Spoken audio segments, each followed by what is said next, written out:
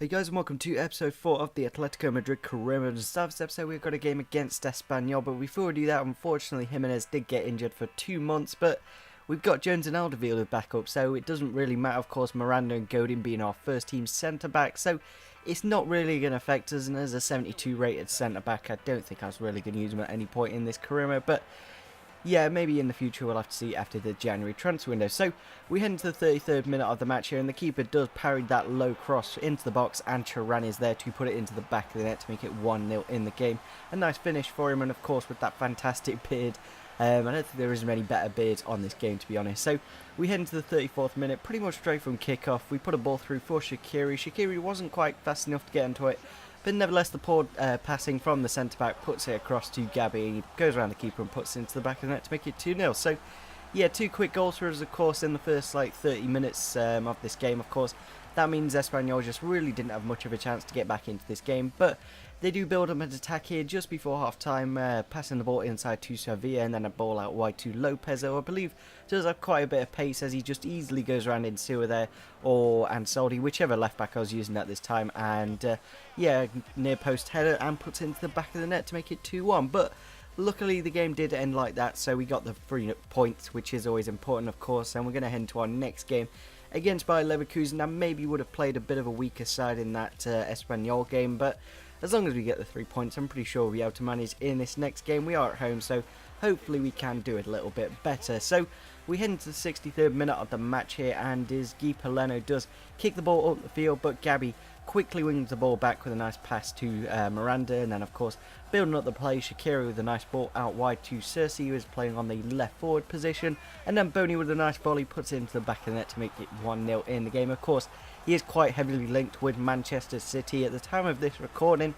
He isn't joined, but maybe by the time it is live, maybe he has joined. So yeah, it's nice for him to maybe make a bigger move, of course. I'm not too sure if he will get first team football there, but at the same time Aguero is quite commonly injured, so I'm pretty sure he'll get a chance. So that was the only goal of the game, 1-0, so of course that does give us our first win in the Champions League, so that 3 points will be very vital to whether we can qualify for the next round or not. So we head into our next game against Getafe, another team similar to Espanyol in stature, a team that we should be able to beat, but there are some quite good players in their side at the same time, and Shaqiri, with a nice solo effort, goes through on goal and puts it into the back of the net in the first 10 minutes. A really nice goal for him, and I'm glad he's getting a few goals here and there. He doesn't score as many goals as I would have liked him, but at the same time, he does pick up a few here and there. So we do actually win a penalty in the last 10 minutes of the game. It seems to be like nothing between these first 10 minutes and last 10 minutes, but of course with Mandzukic, I'm not too sure if we do actually change it to Gabby though. I will have to see in a second, of course, and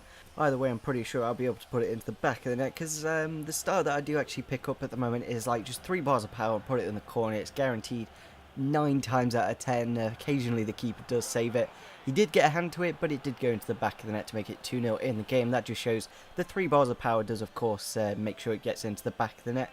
And that is how the game does end. So a nice 2-0 win against Getafe is always nice, of course, and 3 points is always important because we want to get the title, we want to get the Champions League, and we want to get the Copa del Rey. So we are going to have to win as many games as we can, of course, and with our really strong squad at the moment, I'm pretty sure we'll be able to at least get 2 out of the 3. Whether we can get the title, I don't know. We'll have to see, of course. Real Madrid and Barcelona, 2 absolute giants. You can beat them once or twice, but in the season it's going to be really difficult. So we head into our next game against Cordoba, a pretty decent side. They've got some okay players, but generally should definitely be beating them. I believe they are in the bottom 3 in the table at the moment. So we head into the 17th minute of the match here, and I'm not too sure if their keeper could have done a lot better there. It literally went straight through his legs. Maybe he got a leg to it or something. But yeah, Cersei makes it 1-0 in the game with a nice solo effort, running through on goal and putting it through the keeper's legs. Very nice goal for him. But then unfortunately 10 minutes later they do get a corner, Caballero on it, and I believe, I'm not too sure who loses out, maybe it's Mario Suarez. It was a little bit of a lucky header, nobody was on that far post, and I'm not too sure if you can actually do that on FIFA. I have players on both the near and far post. It would be interesting to know.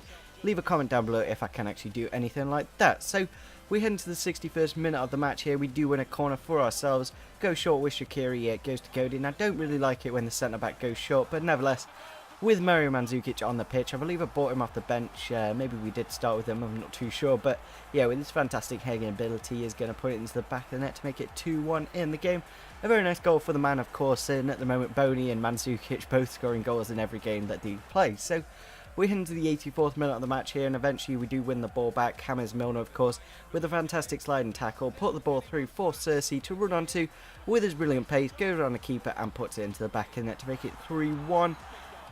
A pretty good game, like, apart from that corner that we probably could have done it a little bit better with, but yeah, generally scoring 3 goals is always important, and it just shows how good our attack is. So I'm glad that the new formation seems to be doing a lot better. When we were using the 4-2-3-1, we just weren't quite doing the same, and with this 4-3-2-1 we seem to be doing a lot better, so that's always nice. So we head into our next game against Sporting Lisbon in the Champions League. We need to win this game if we are going to get qualified, so a very vital game. And in the first 6 minutes of the match here, I think a poor pass from here.